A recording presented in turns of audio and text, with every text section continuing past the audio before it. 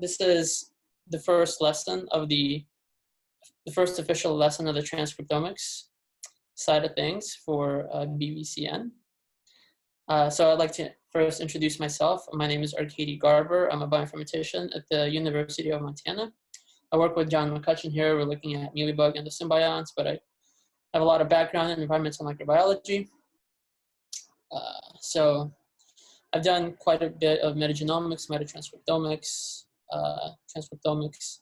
So I think all of that's just loads of fun. I'm happy to chat about it. I'd like to give other I think Ella's the only other instructor on here right now. Ella, do you want to introduce yourself as well? Sure. My name is Ella Shiratsky. I'm a postdoc at UC Berkeley. Arkady and I know each other from USC, where I was doing my PhD. And yeah, I'm also a bioinformatician hopping from system to system, doing a lot of metatranscriptomics. And yeah, this is going to be a fun channel. Yep, it is. Yeah, transcriptomics is really versatile. It's really a lot of fun to bounce around these various fields where you can apply these our skills in RNA-seq analysis. So, all right, let's see, how does this slideshow work? There it is. Okay. So, basically, this is going to be geared towards more on the beginner side. If I say anything that you disagree with, Ella, or feel free to chime in at any point.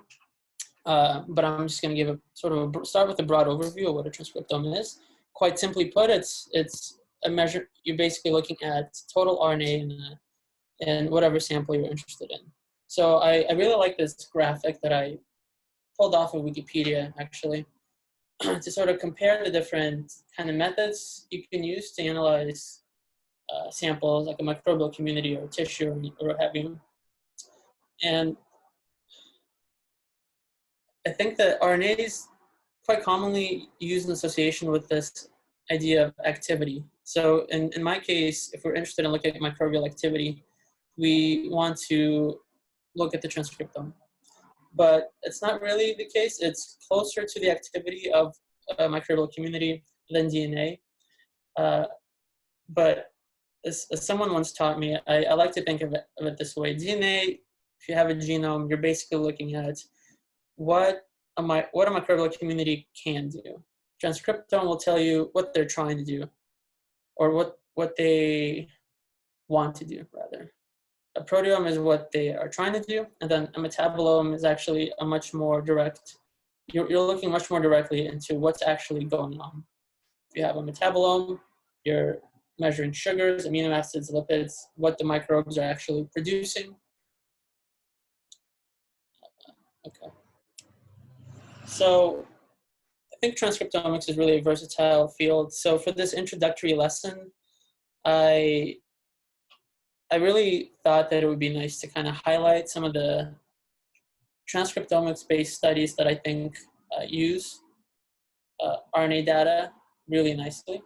And hopefully this will give you kind of some idea of what you can do with transcriptomics. And there's really, I think, no limit to what you can do with it. But so a common use for transcriptomics is to look for gene expression, right? So you can do gene expression analysis of an isolate bug or a bacterium. In this case, they looked at Chlorobium tepidum or Chlorobaculum tepidum, depending on who you ask. If you ask Tom Hansen, he's going to tell you Chlorobaculum. Don't know why. I took a class with him, never learned why. But in this case, they looked at gene expression as a function of two conditions. And they actually had, I think, 3 or 4 time points where they measured gene expression. And you could do some really nice stuff. You can look at differential expression of genes. In this case, they looked for changes in gene expression as a function of substrate. So they had chlorobaculum growing on thiosulfate, and then they added sulfide. So they extracted RNA from the culture before adding sulfide, and then after adding sulfide. And they did so they took RNA, extracted RNA. I'll talk about the general pipeline of transcriptomics a little bit later on, but basically they extracted the RNA, they sequenced it. They also did that half an hour after adding sulfide. They did it 1 hour after adding sulfide, and then T2 is 2 hours after adding sulfide. So this kind of cross comparison, you can see they have some nice plots here showing that comparing gene expression of one time point versus another time point. And each dot sort of represents expression of a single gene. So you can see the genes that are not differentially expressed, that are expressed at the same levels in both conditions, should fall on this line, which has a slope of 1. And that's not the case, right? Right off the bat, they see changes in gene expression. So you see that the variation along the line is kind of wide. But as you get further away from the time where they actually added sulfide, you can see the gene expression doesn't really change. So they concluded that gene expression changes are actually happen quite quickly after you introduce some kind of change in medium. Right, and you could do some cool stuff like this where they basically laid out the sort of the pathways, various sulfur redox cycling pathways in chlorobium, and they sort of matched it to gene expression changes. So if something is red, that means it was really down-regulated upon sulfide addition. So here you can see that the SOX pathway was really down-regulated, which makes sense because SOX pathway is involved in thiosulfate oxidation, whereas the SQR, and one of these SQR copies was actually the most highly upregulated genes. It's 4-fold upregulated. And that makes sense because SQR deals with sulfide. So this was a pretty nice study, and this was kind of the one of the first gene expression studies that I really looked into deeply and really helped me to understand transcriptomics a lot. Another powerful way to use transcriptomics is to look at gene expression of a microbial community rather than a single isolate. And this is what we refer to as meta-transcriptomics, So this is also a nice study actually by Mike Lee, who's one of the instructors in this honking up there. So meta-transcriptomics is basically if you don't have a cultured isolate and you want to look at gene expression of an entire microbial community, you could extract RNA from that community, and that would be meta-transcriptomics. So this is a really nice study, and in that they extracted RNA from a community of microbes associated with the cyanobacterium trichodesmium. So they were actually able to assign transcripts to the trichodesmium itself and also to the community as a whole. So that combined with the fact that they have multiple time points, you could really get some really nice insights from this kind of analysis. In this case, they had basically two conditions. They had low carbon dioxide and high carbon dioxide. And this community was grown under these two conditions for, I think, 7 or 8 years. It was a really long time that they had these communities sort of adapting to these different conditions of CO2 concentration in the headspace. And they compared gene expression, and they found that there are some significant differences in gene expression between communities that grew up on low carbon dioxide and high carbon dioxide. So if you don't have genomic references to your RNA-seq data, you can still actually bin your transcript. Sort of, I'm using bin in quotation marks because it's not really binning. I don't know if they're going to talk a lot about binning in the metagenomics part of this course, but you can still taxonomically assign transcripts to certain phyla, maybe even at a broad level, as they do here. Cyanos, you have alphas, Bacteroides, gamma proteobacteria, and then you can also break your transcripts down in terms of functional category. And yeah, this is also something I really like to do. Is functional annotation part of this course is going to be a lot of fun. So this is the kind of analysis that I think is really powerful if you want to understand microbial communities and the environment. and you have RNA data to go along with it. Yeah. So I'm going to skip past this because I didn't have a chance to really read about that fresh stuff, that study. But I do want to mention this, this sort of powerful approach of combining metatranscriptomics and metagenomics. And in this case, if you have a really good metagenome and you have, if you're able to reconstruct bins from that metagenome and you have a paired metatranscriptome from the same community, you actually can measure gene expression at the bin level. And I think this is a really powerful approach. And I've actually worked with this data set quite a bit. In this case, I just pulled a figure off of this paper by Jewell et al., where they were able to, I think they generated about 100 bins, if not more, from the study, this rifle-aquiferin. And they actually had a really kind of a mega bin 22, which they broke down into 10 actually distinct genomes belonging to the family Gallium-Aliciae. And they were able to show gene expression as a function of 4 time points. They added nitrate. So time 0 is actually an oxic, and then they added nitrate to this aquifer, and then they measured gene expression. So this is really cool stuff too. Okay. So moving on to the general pipeline overview of, okay. So basically, quite simply put, to get a transcriptome, you need to isolate total RNA. So right off the bat, generally, you're going to end up with mostly rRNA because cells are over 90%. Maybe 95% or 99%. I don't really remember, but cells' RNA content is mostly rRNA.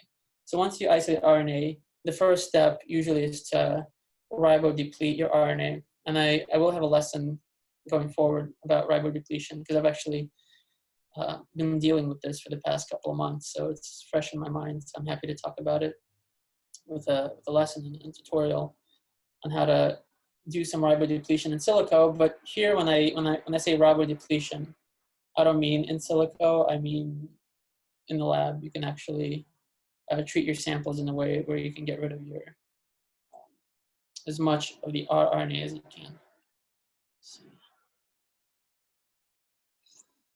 So after that, you build your cDNA library. The DNA is shared and adapter ligated, and you sequence it. So with the sequence reads, I think that the benchmark now is to have stranded RNA-seq. So this way, the adapters are designed in a way where you can actually, once you get your reads back, you can tell the difference between if a read comes from a sense strand or an anti-sense strand, so that information is actually retained in the sequencing data, which is great. Generally, if you're looking at a microbial community or an isolate culture, from my experience and from everything I've read, anti-sense reads usually represent about 10% of all your reads. But when you do the mapping, the mappers actually keep that information, so you can sort of parse out which reads map in the sense direction and which reads are from antisense. So once you have your sequence reads, I'm not going to talk too much about quality control, QC. I think that will be talked about, or that has been talked about in one of the, either the metagenomics or the transcriptomics channel. I don't remember, and Nala, you can correct me here, but I think there's a lesson on that. Yeah, so I think it's being posted today in the metagenomics channel. Okay, thank you. Yeah, in this case, there's some overlap with transcriptomics and metagenomics, because I think actually no, that's wrong, because I think the QC is different in some ways, but not to get too much into that.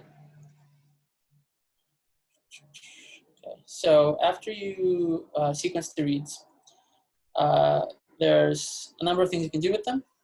You could map, so if you have a reference, as I talked about in the last slide, or the last 2 slides, if you have a reference genome or a metagenome that you can map your reads to and look at gene expression, you could do that with the QC reads. If you don't have a reference, you can also carry out what's known as de novo assembly.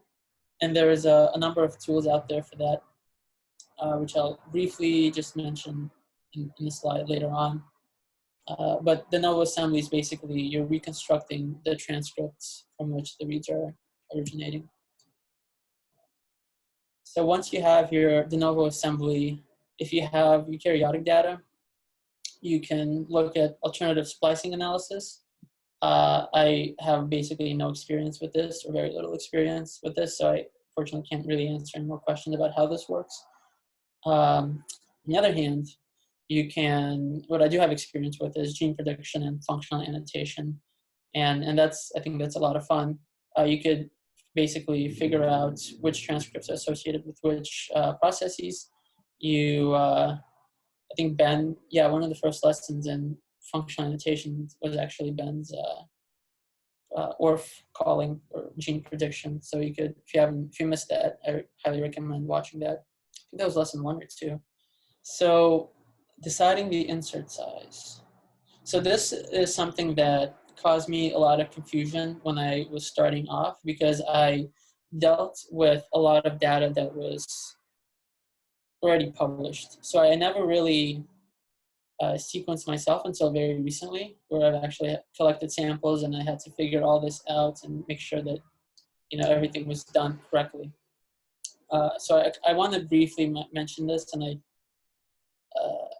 this sort of idea of insert size. And Ella, feel free to chime in here if you think that I'm fudging anything up in this explanation, because I think it's sort of complicated, and there's so many different blog posts online that I've read that just have conflicting accounts of the syntax here and what this all means. But basically, when you have a read, you sequence off the ends. So the read 1 is going to be your forward read 2 is going to be your reverse read, and if you have a DNA fragment that you're sequencing that's larger than the combined length of the 2 reads, you're going to have some inner distance that's not sequenced. So generally, if you're doing metagenomics, you want to have a fragment size that's larger than the combination of read 1 plus read 2, because you want some inner distance. I'm not going to go too much into why that is. I think that should be covered in metagenomics, but I'm not sure. Generally, in transcriptomics, what's done is you will have a fragment size that's smaller than the length of forward and reverse reads combined. And in that way, once you get your forward and reverse reads back, you can actually stitch them together in silico and combine them. And then that will give you a sort of an average read size that's larger than 150 base pairs, which I think is the longest longest read that you can get from Illumina, as far as I remember, unless there's something new that came out. So you can get 250. Go ahead, Ellen. You can get 2 by 250 with the latest NovaSeq. The example shown is if you are doing 2 by 150 sequencing, so if you have forward and reverse reads, each 150 base pairs, and you go with an average fragment size of 275 base pairs, you can get 25 base pairs of overlap. So once you get your forward and reverse reads back, you can stitch them together, and that will give you better mapping results. I think that, in my opinion, 150 base pairs should be good to give you an ambiguous mapping, but in some cases, like I've dealt with genomes that have so many gene duplicates where, like really recent gene duplicates. So if you're dealing with a genome like that, you want longer, read, so you have a higher chance of getting unambiguous mapping. So there's a number of transcript assemblers out there right now, and I don't know if this is an exhaustive list, but I got this off of Wikipedia. I generally heard really good things about both Trinity and Spades. I personally prefer Trinity because I think Trinity gives you a lot more information from your RNA-seq data. But Spades is also a really good assembler. I haven't really used any of these other ones, but I do suggest that if you are interested in doing de novo assembly, that you really read about each assembly. And each one of these has their own kind of advantages and disadvantages. And you read the papers, that they'll go into why they think their assembler is better. Read alignment. Okay, so there's a lot of read aligners, and I have no experience dealing with spliced aligners. So these aligners deal with eukaryotic data. So generally, if you're looking at a transcriptome from a eukaryotic organism, you're going to have transcripts that are sort of the spliced versions, and they don't map as simply to the genomic references they do in bacteria and archaea, because you have introns in there. So there's these aligners that are specifically designed to deal with that kind of data. The short unspliced aligners like Bowtie and BBMap, I've used Bowtie 2 and BWA, which have worked really well for me. Actually, move on to the last slide, sort of a kind of a preview into some upcoming tutorials, not particularly in this order. So FastQC, Traumatic. I think that there might already be a lesson on Traumatic, or a lesson/tutorial. Flash. Flash is a program that if you want to, Flash is a program that if you want to stitch together forward and reverse reads, overlapping RNA depletion. So I will be delivering this lesson. So this is for removing RNA reads from your data. So oftentimes if you sequence your RNA, and if the RNA depletion has not worked particularly well, and sometimes they work really well, sometimes they don't work well at all. I've seen samples where 95% of the RNA is removed, and I've seen samples where only about 40% of the RNA is removed.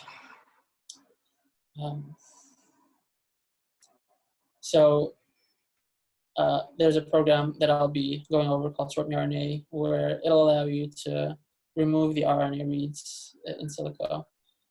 Transcript assembly and read mapping estimation of expression. And I think that's pretty much all I have.